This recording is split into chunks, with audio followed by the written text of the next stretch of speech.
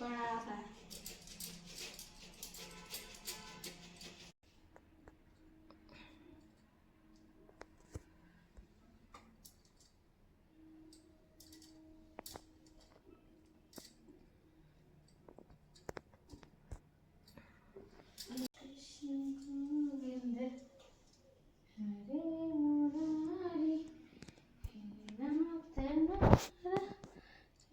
वासुदेवा श्री कृष्ण गोविंद हरे मुरारी।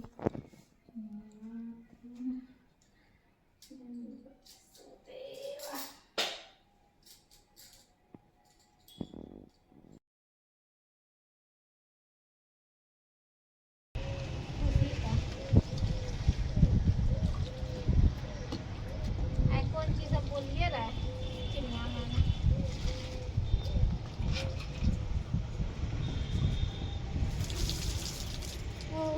पत्ते पे पड़ गया। सोचे देते हैं नींबू गाछ ठीक करने के लिए सारा पानी कपड़े चल गया। वो है ग्रे का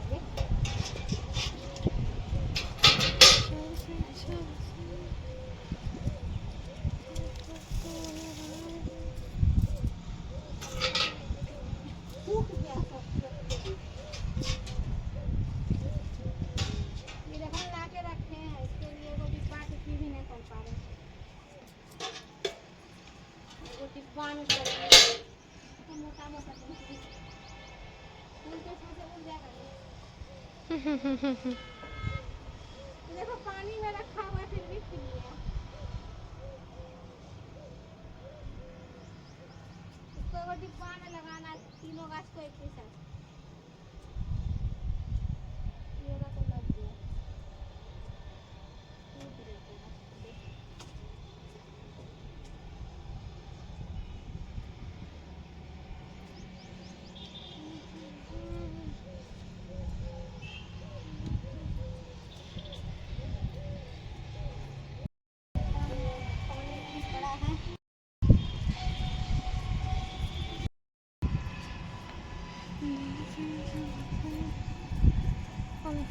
So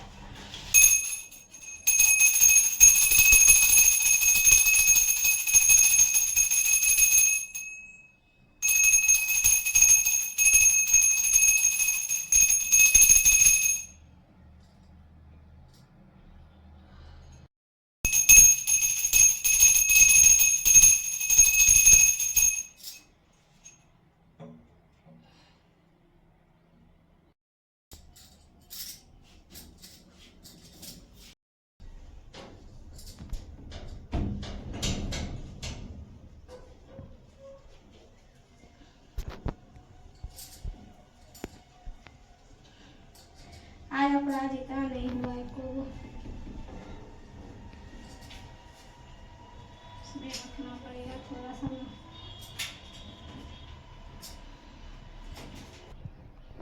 टिक्का लगाने वाला बना के रखना होगा।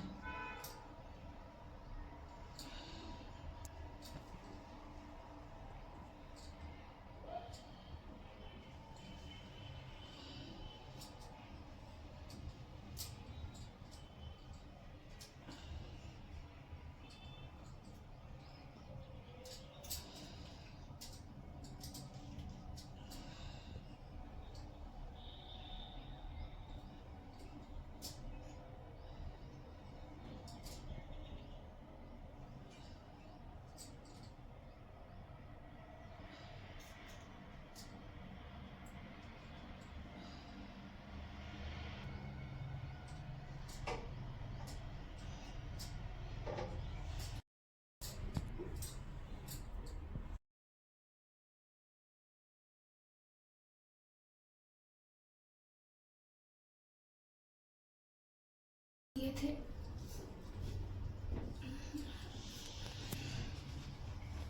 संतोषी माता की व्रत कथा। कंचनपुर नगर में एक बुढ़िया रहती थी। उस बुढ़िया के 7 बेटे थे। सभी का विवाह हो चुका था। 6 बड़े बेटे तो काम करते थे, लेकिन 7वां बेटा अभी कोई काम नहीं करता था। सुबह उठकर स्नान आदि से निवृत्त होकर 6 बेटे रसोई में बैठकर भोजन करते और फिर अपने काम पर चले जाते थे। बुढ़िया उन बेटों को अपने हाथ से खीर, पूरी, हलवा आदि बढ़िया बढ़िया व्यंजन बनाकर खिलाती थी। 7वां बेटा खूब धूप निकलने पर बिस्तर से उठता था, फिर स्नान करके भोजन के लिए रसोई में जाता था। बुढ़िया दूसरे बेटों का बचा हुआ खाना एक थाल में रखकर उसे दे देती थी। 7वां बेटा उसी भोजन को खुश होकर खा लेता था। भोजन करके वह घर से निकल जाता और अपने दोस्तों के साथ घूमता फिरता। इस तरह मौज मस्ती से उसके दिन व्यतीत हो रहे थे। उसकी पत्नी बार बार उससे कोई काम करने के लिए कहती थी, लेकिन वह हंसकर कहता था, अरे तुम बार बार क्यों काम के लिए कहती हो? कितने मजे से दिन गुजर रहे हैं। माँ कितने बढ़िया बढ़िया व्यंजन बनाकर खिलाती है। तब उसकी पत्नी क्रोधित होकर कहती, माँ तुम्हें बढ़िया बढ़िया व्यंजन बनाकर नहीं खिलाती, बल्कि सबका बचा हुआ जूठा भोजन खिलाती है। यदि तुम्हें मेरी बात पर विश्वास न हो तो किसी दिन छिपकर स्वयं अपनी आंखों से देख लेना। अपनी पत्नी की बात पर उसे यकीन न था, लेकिन एक दिन इस बात की सच्चाई जानने का निर्णय करके वह सिर दर्द का बहाना बनाकर एक चादर ओढ़कर रसोई घर में ही सो गया। थोड़ी देर के बाद उसकी माँ ने अपने बेटों को खीर, पूरी, हलवा आदि बनाकर खिलाए। भोजन के बाद उन्हें लड्डू खाने को दिए। भोजन करके वे अपने काम पर चले गए। उनके जाने के बाद बुढ़िया ने उनकी थाली में बचे भोजन को एक थाली में रखा। बचे हुए लड्डुओं के टुकड़ों को एकत्र करके दोबारा लड्डू बनाए। उसके बाद बुढ़िया ने 7वें बेटे को भोजन करने के लिए कहा। उसने सोते हुए चादर के नीचे से सब कुछ देख लिया था। वह उठकर बोला, माँ मुझे भूख नहीं है, मैं परदेश जा रहा हूँ। बुढ़िया ने कहा, कल जाता हो तो आज ही चला जा। बुढ़िया के कठोर वचन सुनकर वह तुरंत परदेश जाने की तैयारी करने लगा। चलने से पहले वह अपनी पत्नी के पास गया। उसकी पत्नी गौशाला में गोबर के कंडे पाथ रही थी। उसने जाकर अपनी पत्नी से कहा, हम जावे परदेश को, आवेंगे कुछ काल, तुम रहियो संतोष से धर्म अपना पाल। अपने पति की वचन सुनकर कुछ गंभीर स्वर में पत्नी बोली, 2 निशानी आपनी देख धरूं मैं धीर, सुधीमती हमरी बिसारियो रखियो मन गंभीर। अपनी पत्नी के वचन सुनकर वह बोला, मेरे पास निशानी के लिए बस यह एक अंगूठी है, इसे अपने पास रख लो, लेकिन अब तुम भी अपनी कोई निशानी मुझे दे दो, ताकि परदेश में उस निशानी को देखकर मैं तुम्हें याद कर सकूं। अपने पति की बात सुनकर वह बोली, नाथ मेरे पास निशानी के लिए कुछ भी नहीं है। फिर कुछ सोचकर उसने गोबर के हाथ से उसकी पीठ पर छाप लगा दी। 7वां बेटा अपनी पत्नी की उस निशानी को लेकर परदेश के लिए चल पड़ा। कई दिनों की लंबी यात्रा करके वह एक सुंदर व विशाल नगर में पहुंचा। वहां उसने कई दुकानदारों से नौकरी देने के लिए प्रार्थना की, लेकिन सबने उसे परदेशी जानकर उसकी प्रार्थना ठुकरा दी। निराश होकर अंत में वह एक सेठ की दुकान पर पहुंचा। उसने सेठ से भी नौकरी देने की प्रार्थना की। सेठ को एक नौकर की जरूरत थी। उस सेठ ने उसे तुरंत नौकरी पर रख लिया। उस दिन उसकी बहुत बिक्री हुई और वह उस लड़के से बहुत खुश हुआ। कुछ ही दिनों में उसने सेठ का सारा काम संभाल लिया। उसके व्यवहार से आने वाले ग्राहक बहुत प्रसन्न थे। सेठ का व्यवसाय तेजी से चलने लगा। उसने उसकी मेहनत और ईमानदारी देखकर उसे अपना हिस्सेदार बना लिया। कुछ ही महीनों में उस लड़के ने बहुत साधन कमा लिया। संयोग बस कुछ समय बाद सेठ को उस नगर को छोड़कर दूर किसी नगर में जाना पड़ा। अतः सेठ अपना हिस्सा लेकर दुकान उस लड़के को देकर चला गया। अब सारे व्यवसाय का मालिक वह लड़का बन गया। उधर बुढ़िया उस लड़के की पत्नी को बहुत दुख देने शुरू कर दी थी। वह हर समय बहू को जली कटी बातें सुनाती रहती थी। वह बेचारी सब समय काम पर लगी रहती थी, लेकिन फिर भी उसकी जेठानियाँ उससे कुछ न कुछ बुरा भला कहती रहती थी। सुबह होते ही बुढ़िया उस लड़के की पत्नी को जंगल में लकड़ियां लाने के लिए भेज देती थी। उसे आटे से निकले चोकर की रोटियां खाने को देती थी और नारियल की कटोरी में पानी पीने के लिए देती थी। वह बेचारी चोकर की रोटियां खाकर भी किसी से कुछ नहीं कहती थी, बस इसे अपने भाग्य का लेखा सोचकर चुप रह जाती थी। एक दिन वह जंगल से लकड़ियां काट कर लौट रही थी। उस रास्ते पर संतोषी माता का मंदिर था। उस मंदिर के पास लकड़ियों का गट्ठर जमीन पर रख हुआ। कुछ देर आराम करने के लिए रुकी। मंदिर में उसने बहुत सी स्त्रियों को पूजा करते देखा तो उसने पूछा, आप सब किसकी पूजा कर रही हैं? इस पूजा के करने से क्या पुण्य मिलता है? एक स्त्री ने उसे बताया, हम सब संतोषी माता का व्रत करके उनकी पूजा कर रही हैं। संतोषी माता की पूजा करने से धन संपत्ति से भंडार भर जाता है, निर्धनता दूर होती है, परिवार में सभी सुख शांति से रहते हैं, लड़कियों का शीघ्र विवाह होता है और उन्हें सुयोग्य वर मिलता है, व्यवसाय में लाभ होता है, निसंतान के घर में संतान होती है, पति अगर प्रदेश गया हो तो संतोषी माता की अनुकंपा से शीघ्र घर लौटता है, न्यायालय में कोई मुकदमा चल रहा हो तो उसमें जीत होती है, धन संपत्ति में बढ़ोतरी होती है, पारिवारिक कलेश नष्ट होता है, व्रत करने वाले स्त्री पुरुषों को संतोष मिलता है, सभी मनोकामनाएं पूरी होती हैं। स्त्रियों से संतोषी माता के व्रत के बारे में इतना सुनकर उसने व्रत करने की विधि भी पूछी। तब एक बूढ़ी स्त्री ने उसे बताया, संतोषी माता का व्रत करके गुड़ और चने का प्रसाद बांटकर स्वयं भी प्रसाद ग्रहण करना कभी नहीं भूलना। संतोषी माता गुड़ और चने से की गई पूजा से प्रसन्न होती हैं। संतोषी माता का व्रत शुक्रवार को ही किया जाता है। शुक्रवार को सूर्योदय से पहले तो उठकर स्नान आदि से निवृत्त होकर संतोषी माता के मंदिर में जाकर पूजा करके व्रत कथा सुननी चाहिए। मंदिर में ना जा सको तो घर के किसी कमरे में संतोषी माता की मूर्ति या चित्र रखकर छोटा सा मंदिर बनाकर पूजा करनी चाहिए। व्रत करने वाले व्यक्ति को उस दिन कोई भी खट्टी चीज या खट्टा फल नहीं खाना चाहिए। घर में किसी को खट्टी चीज नहीं खानी चाहिए। संतोषी माता के व्रत के बारे में सभी बातें पूछकर सातवें बेटे की बहू ने मन में निश्चय किया, आज सारी लकड़ियां बेचकर गुड़ और चने खरीद कर आने वाले शुक्रवार को संतोषी माता की पूजा अवश्य करूंगी। उसी दिन उसने लकड़ियां बेचकर गुड़ और चने खरीदे। शुक्रवार को सूर्योदय से पूर्व उठकर उसने स्नान आदि किया। फिर एक कलश में स्वच्छ व ताजा जल भरकर चने और गुड़ के साथ जंगल की ओर चल पड़ी। रास्ते में संतोषी माता के मंदिर में जाकर उसने संतोषी माता की विधिवत पूजा की और व्रत कथा सुनी। फिर संतोषी माता के चरणों में सिर रखकर प्रार्थना की, हे माता, मेरे कष्ट दूर करो, मैं हमेशा तुम्हारी पूजा करूंगी, मेरा पति परदेश से सकुशल लौट आए।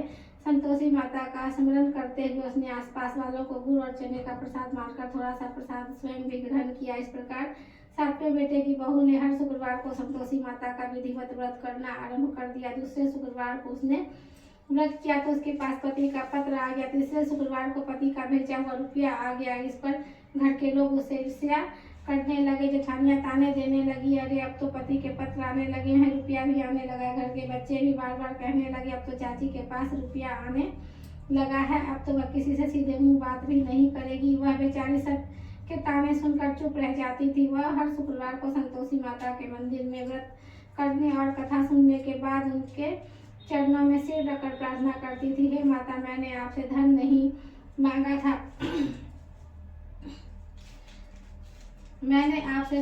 मांगा था मैंने तो अपने पति के सकुशल लौटने की प्रार्थना की थी। एक दिन उसकी प्रार्थना सुनकर संतोषी माता ने प्रसन्न होकर कहा, जा बेटी, तेरी मनोकामना पूरी होगी, तेरा पति शीघ्र ही घर लौटेगा। वह बेचारी संतोषी माता के वचन सुनकर खुशी खुशी घर लौटी। उधर सातवां बेटा दुकानदारी में इतना व्यस्त हो चुका था कि उसे पत्नी और घर का कोई स्मरण नहीं रहा था। दुकान के काम से उसे फुर्सत ही नहीं मिलती थी। संतोषी माता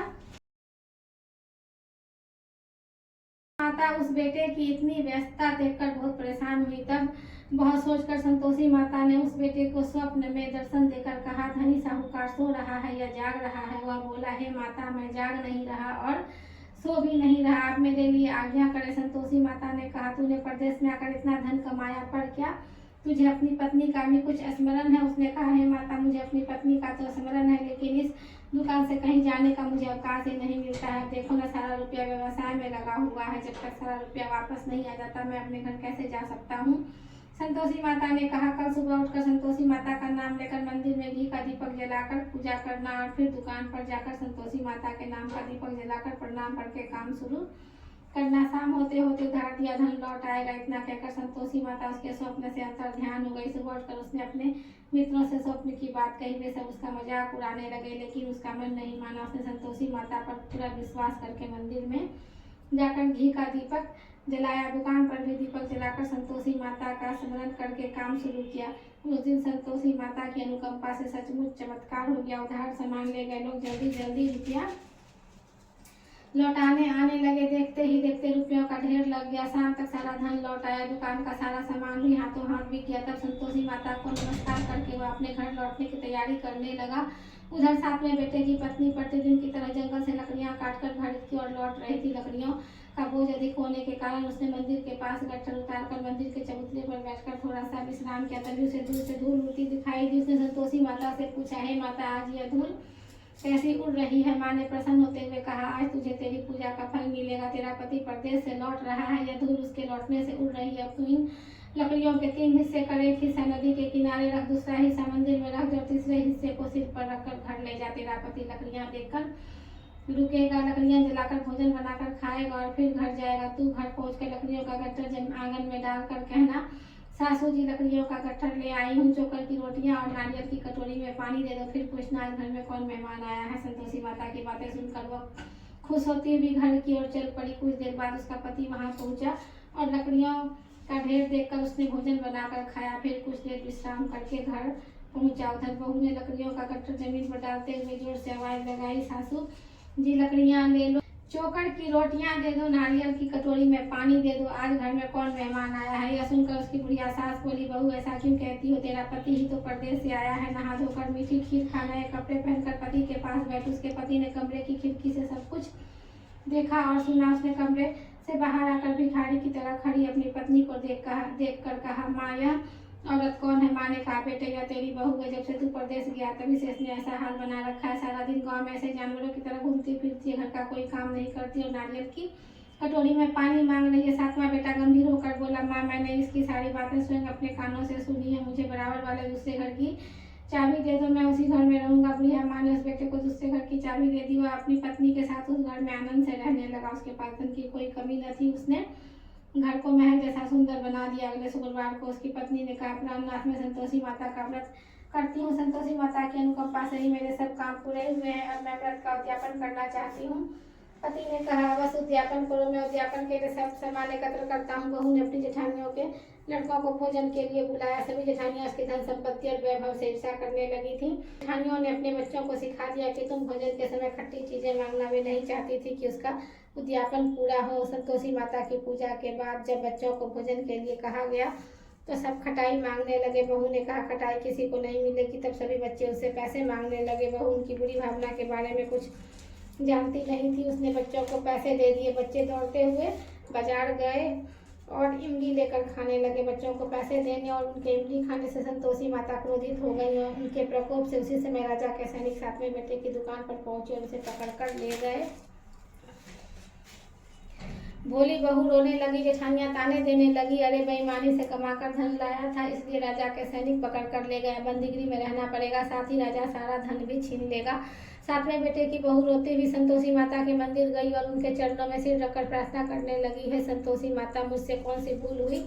आपने किस अपराध की इतनी बड़ी सजा दी? संतोषी माता ने तुरंत प्रकट होकर कहा, बेटी, तूने उद्यापन में बच्चों को पैसे देकर बहुत बड़ी भूल की है। उन पैसों से बच्चों ने खटाई खाकर तेरे व्रत को नष्ट किया है। बहू रोते रोते बोली, माँ, मुझे क्षमा कर दो, मैं बच्चों की बातों में यह सब भूल गई थी। अब मैं दोबारा उद्यापन करूंगी, अब कोई भूल नहीं करूंगी। संतोषी माता ने कहा, जब तू दोबारा विधिवत उद्यापन करेगी तो तेरी मनोकामना अवश्य पूरी होगी। मंदिर से घर लौटते हुए रास्ते में उसे उसका पति वापस आता हुआ मिल गया।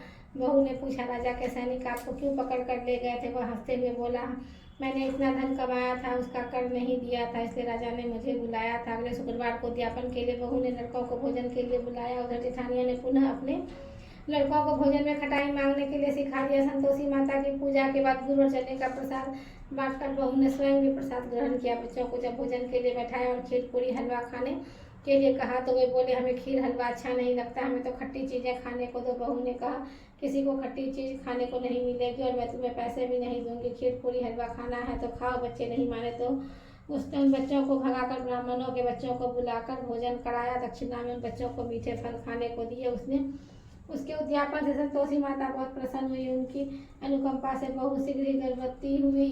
10वें महीने उसने एक सुंदर पुत्र को जन्म दिया। बहू प्रतिदिन उस बेटे को लेकर संतोषी माता के मंदिर में जाने लगी। कुछ दिनों के बाद संतोषी माता ने सोचा मैंने इसे जीवन के सभी सुख दिए हैं, अब इसकी परीक्षा लेकर देखती हूँ। यह सोचकर संतोषी माता ने एक बुढ़िया का रूप धारण किया और लाठी टेकती हुई बहू के घर पहुंची। बुढ़िया के सारे शरीर पर मक्खियां भिनभिना रही थी। उसे देखकर सभी मुंह सिकोड़ने लगते थे। बुढ़िया ने जाकर दरवाजा खटखटाया तो बहू की सास ने दरवाजा खोला। उसे देखते ही जोर से चिल्लाई, अरे लड़को, इस गंदी बुढ़िया को भगाओ, मुझे तो यह कोई चुड़ैल नजर आती है, इसे भगाओ नहीं तो यह किसी को खा जाएगी। लड़के उठकर भागे और उन्होंने अपने घर के दरवाजे और खिड़कियां बंद कर ली।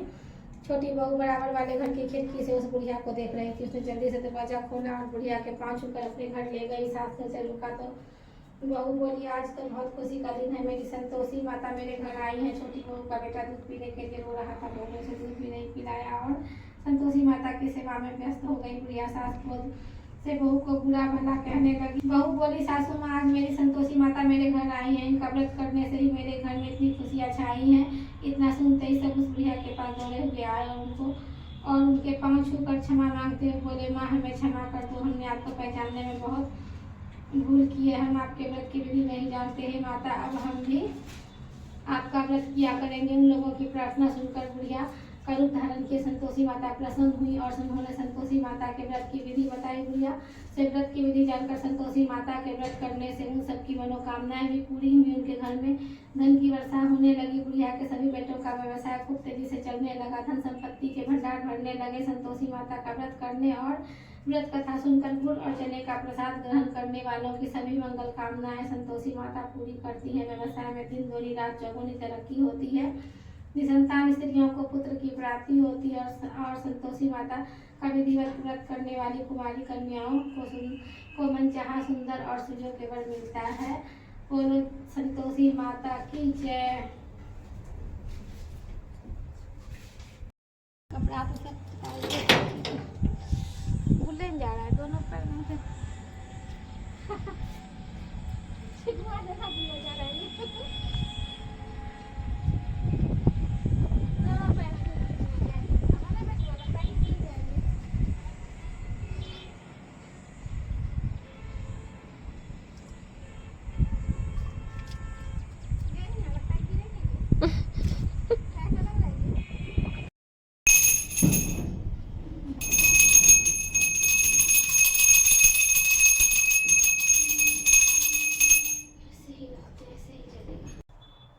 जय संतोषी माता मैया, जय संतोषी माता, अपने सेवक जन को सुख संपत्ति दाता। जय संतोषी माता, सुंदर चीर सुनहरी माँ धारण कीनो, हीरा पन्ना दम के तन सिंगार लीनो। जय संतोषी माता, केरुलाल छटा छवि बदन कमल सोहे, मंद हसत करुणामयी त्रिभुवन जन मोहे। जय संतोषी माता, स्वर्ण सिंहासन बैठी चवर ढुरे प्यारे, धूप दीप नैवेद्य मधुमेवा भोग धरे न्यारे। जय संतोषी माता, गुर अरुचना परम प्रियता में संतोष कियो, संतोषी कहलाई भक्तन वैभव दियो। जय संतोषी माता, शुक्रवार प्रिय मानत आज दिवस सोही, भक्त मंडली आई कथा सुनत मोही। जय संतोषी माता, मंदिर जगमग ज्योति मंगल ध्वनि छाई, विनय करे हम बालक चरणन सिर नाई।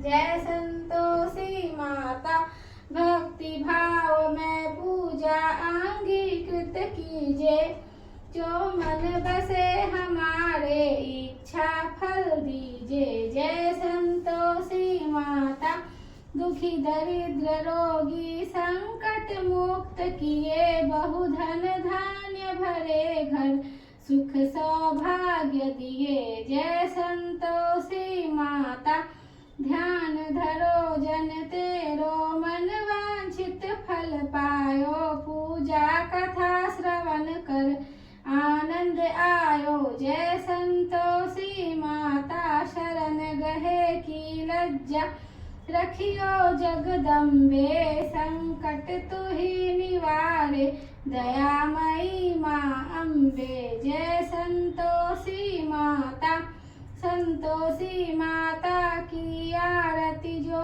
कोई नर गाए, रिद्धि सिद्धि सुख संपत्ति जी भर के पाए। जय संतोषी माता।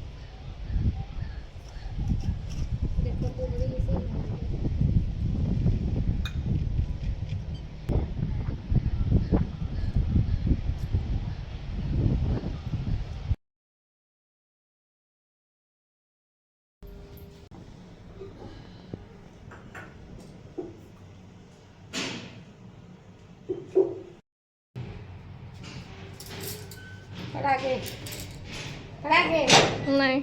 ओहो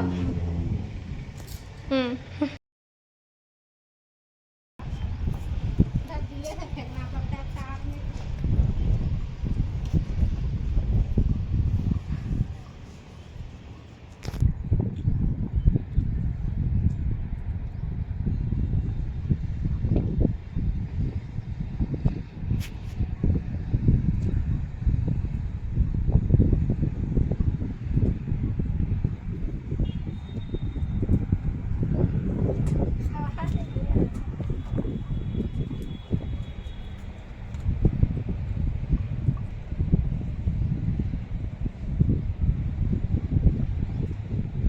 देखिए वाला उसका प्लांट है बालकोनी वाला, देखिए कितना लंबा बढ़ रहा है। जो वो जैसा पेंट करके ऊपर में लगा देती है, बोले इसका बाल बढ़ता है तो काटते भी है।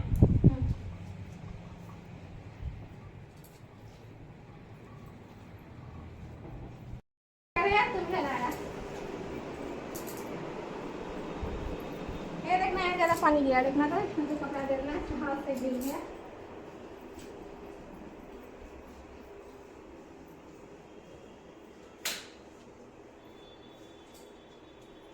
चीटी में लगा है तरबूज में।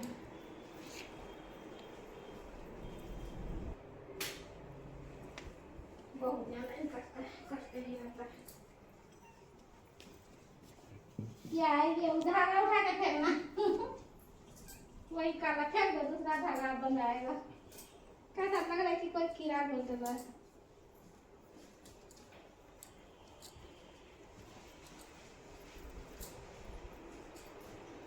चलो आएगा चिड़को।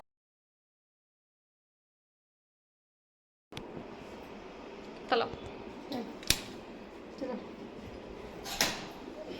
काम तेजी में नहीं होता है, स्लो स्लो करते करते बेटा ढेरी हो जाता है। ताकि आ दिया अगरबत्ती, अगरबत्ती जलने तक खोज दो। आ जाता है।